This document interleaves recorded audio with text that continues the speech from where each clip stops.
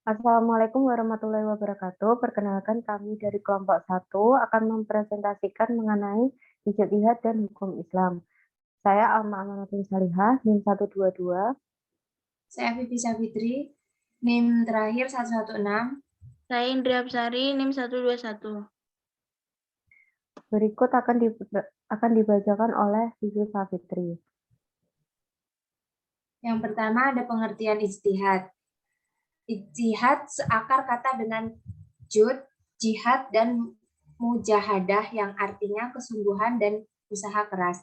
Ijtihad dalam pengertian yang luas berarti penggunaan pikiran dalam mengartikan, menafsirkan, dan mengambil kesimpulan dari suatu ayat atau hadis.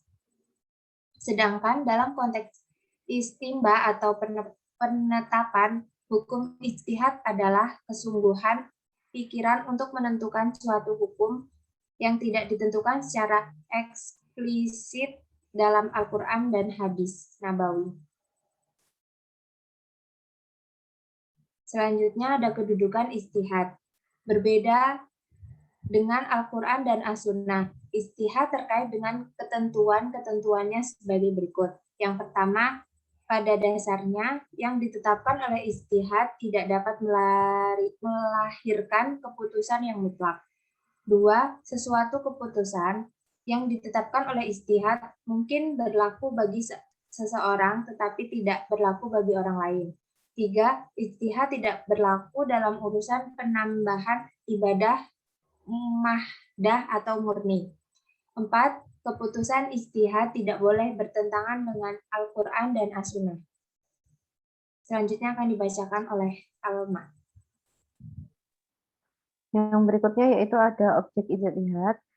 Tidak boleh melakukan ijtihad dalam masalah yang terdapat nas yang jelas dan pasti. Jika kejadian yang hendak diketahui hukum syaratnya itu lebih ditunjukkan oleh dalil yang syarih atau jelas dan petunjuk serta maknanya adalah pasti, maka tidak ada peluang untuk ijtihad. Menurut Imam Al-Ghazali, objek ijtihad adalah setiap hukum syara yang tidak memiliki dalil yang qat'i atau pasti. Dari pendapatnya itu, berikut beberapa permasalahan yang tidak bisa dijadikan objek ijtihad. Yang pertama, ada syariat yang tidak boleh dijadikan lapangan ijtihad. Yang kedua, syariat yang bisa dijadikan lapangan ijtihad. Syarat-syarat mujtahid. Yang pertama, menguasai bahasa Arab. Persyaratan ini sangat penting karena orientasi pertama mujtahid adalah memahami nas-nas Al-Quran dan hadis yang notabene keduanya menggunakan bahasa Arab.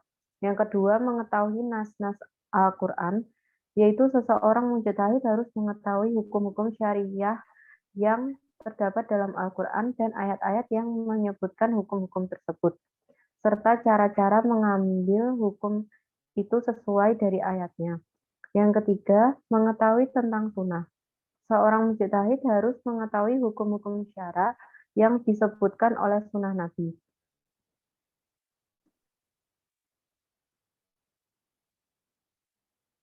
Mujtahid mampu menghadirkan sunnah yang menyebutkan hukum pada tiap-tiap bab dari perbuatan mukallaf, mengetahui peringkat sanadnya dari kesahihannya atau dari segi kedaifannya dalam periwayatan. Kemudian mengetahui segi-segi kias. Mujtahid harus mengetahui tentang ilat dan hikmah pembentukan hukum yang karenanya hukum disyariatkan. Berikutnya ada tingkatan mujtahid. Yang pertama, mujtahid mustaqil, yaitu mujtahid yang mampu menggali hukum-hukum syariat langsung dari sumbernya, yaitu Al-Quran dan Sunnah. Dan dalam mengistimbatkan hukum, mujtahid mempunyai dasar-dasar istimbat sendiri, tidak mengikuti istimbat orang lain. Yang kedua, mujtahid muntasib, yaitu mujtahid yang dalam mengistimbatkan hukum mengikuti ushul istimbat imam mazhab tertentu. Walaupun dalam masalah-masalah furu' dia berbeda pendapat dengan imamnya. Yang ketiga yaitu mujtahid mazhab, yaitu mujtahid yang mengikuti imam mazhabnya, baik dalam masalah usul maupun furu'.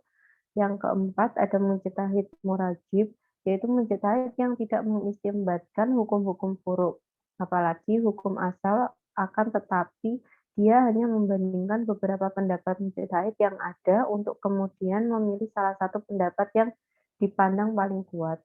Yang kelima ada mujtahid mustadil, yaitu ulama yang tidak melakukan tarjih terhadap pendapat-pendapat yang ada.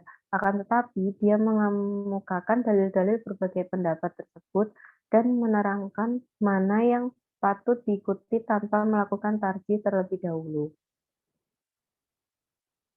Berikutnya akan dibacakan oleh Indri. Selanjutnya itu ada metode dan pendekatan dalam ijtihad.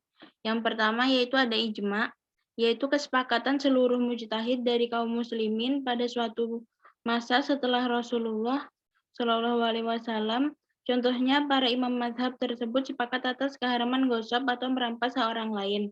Yang kedua itu ada qiyas, yaitu hukum tentang suatu kejadian atau peristiwa yang ditetapkan dengan cara membandingkannya dengan hukum kejadian atau peristiwa lain yang telah ditetapkan berdasarkan nas karena adanya kesamaan ilat.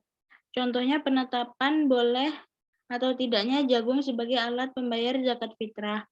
Yang ketiga yaitu ada istihsan, yaitu memandang atau meyakini baiknya sesuatu, mengalihkan hukum sesuatu kepada hukum baru karena adanya alasan yang lebih kuat. Contohnya berpuasa, makan dan minum karena lupa.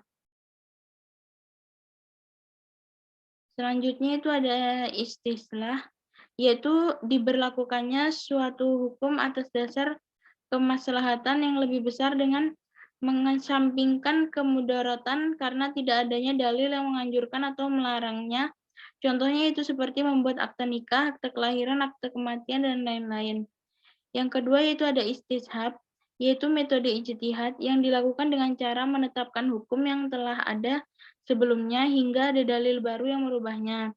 Contohnya yaitu setiap makanan atau minuman boleh dikonsumsi hingga ada dalil yang mengharamkannya. Yang selanjutnya itu ada urf, yaitu segala sesuatu berupa perkataan atau perbuatan yang sudah dikenal masyarakat dan telah dilakukan secara turun-temurun. Contohnya cara halal bihalal yang sering dilakukan pada hari raya Idul Fitri atau setelahnya. Yang selanjutnya itu ada sa'du az-zariyah, yaitu sesuatu yang secara lahiriah hukumnya boleh, namun dapat mengarah pada kemaksiatan. Contohnya yaitu dalam bermain kuis yang ujungnya mengarah pada perjudian. Selanjutnya itu ada qaul as-sahabi, yaitu pendapat para sahabat terkait hukum suatu perkara yang dirumuskan setelah Rasulullah SAW wafat. Contohnya yaitu ketika adanya praktik jual beli, yaitu jual beli kredit dengan tambahan harga. Menurut ulama Syafi'iyah, praktik jual beli dalam bentuk tersebut diperbolehkan dengan berdasarkan qiyas.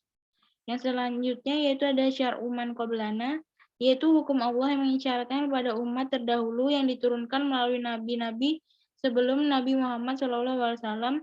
Contohnya kewajiban berpuasa bagi orang-orang beriman.